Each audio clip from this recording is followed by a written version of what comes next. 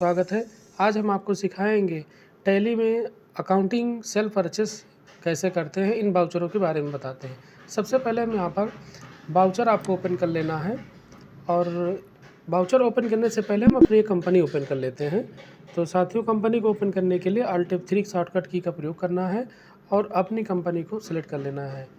तो जैसा कि हमने आपको सिखाया था कंपनी बनाना, उसके बाद लेजर बनाना, आज हम सीखते हैं अकाउंटिंग में वाउचर कैसे पास करते हैं, चाहे वो सेल की हो, परचेज़ की हो या फिर रिसीव और पेमेंट की हो।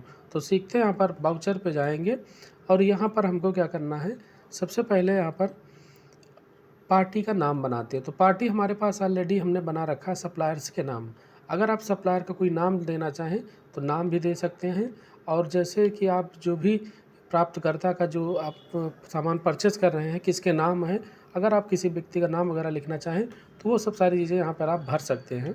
रिसिप्टकर्ता के नाम आप भर सकते हैं, जो गाड़ी का नंबर है वो भी आप यहाँ पे फिल कर देंगे।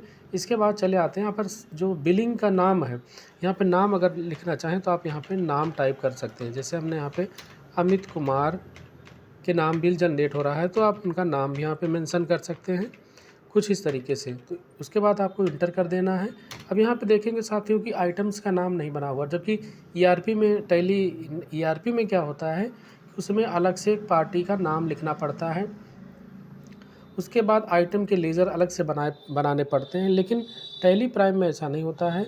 आप डायरेक्ट भी आप यहाँ पे लेज़र बना सकते हैं। तो कैसे बनाएंगे, इसके लिए आपको यहाँ पर क्रिएट पे आपको इंटर कर देना। जैसे आप क्रिएट करेंगे तो जो भी आइटम है वो आइटम का नाम यहाँ पे लिख सकते हैं। जैसे हमने यहाँ पर क्रोसिन, हमने यहाँ पर एक दवा का नाम हमने लिखा क्रोसिन।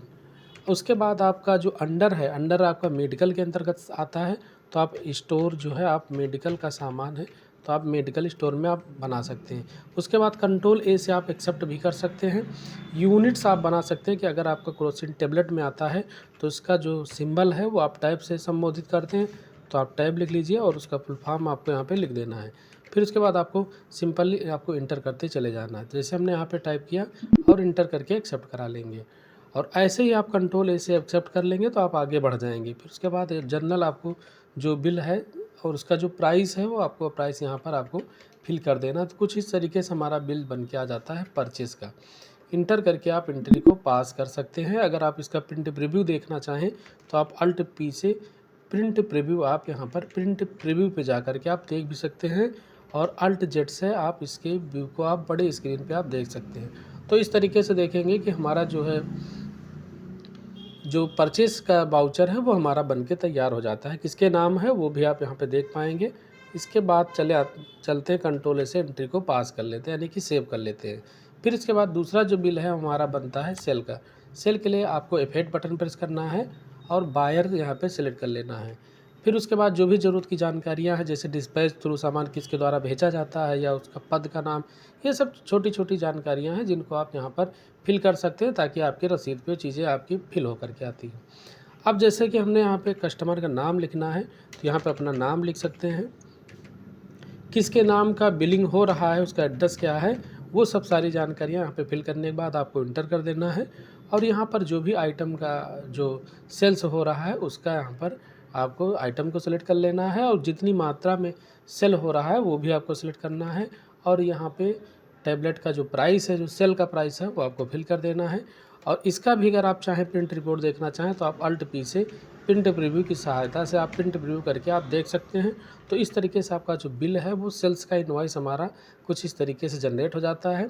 यहाँ पर दुकान का नाम और यहाँ पर ख़रीदने वाले ग्राहक का नाम यहाँ पर शो हो जाता है। तो दोस्तों, इस तरीके से हम यहाँ पे सेल की एंट्री कर पाएंगे और कंट्रोल ए से एंट्री को पास कर लेते हैं, यानी कि जो एंट्री है उसको हम सेव कर सकते हैं। फिर उसके बाद हम आते हैं यहाँ पे F6 का प्रयोग किया जाता है पेमेंट को रिसीव करने के लिए। जैसे हमने यहाँ पे किसी पार्टी को सामान बेचा था, उसका बिल हुआ था 150 रुपये का, तो सिंपल हमें यहाँ पे 150 रुपये फिल कर देना है और इंटर करके आपको एंट्री को पास कर लेना है। इस तरीके से आपका यहाँ पे रिसीव वाउचर की एंट्री आपकी हो जाती है। और दूसरी प्रक्रिया जो आती है पेमेंट, जैसे कि आपने जो भी सामान हमने सप्लायर से ख़रीदा था उसको हमने पेमेंट करना है, तो आप जितने का अमाउंट बन रहा है उतना अमाउंट यहाँ पर आप सिंपल पे कर सकते हैं। तो इस तरीके से साथियों हम अकाउंटिंग वाउचर में सेल परचेस, रिसीव और पेमेंट की एंट्री को पास करते हैं। अगर हमने जो भी एंट्रियों को पास किया है उन एंट्रियों के बारे में अगर आपको डिटेल में जानना है या उसका रिपोर्ट देखना है तो आप डिस्प्ले मोर रिपोर्ट पर आप आएंगे तो यहाँ से आप देख सकते हैं।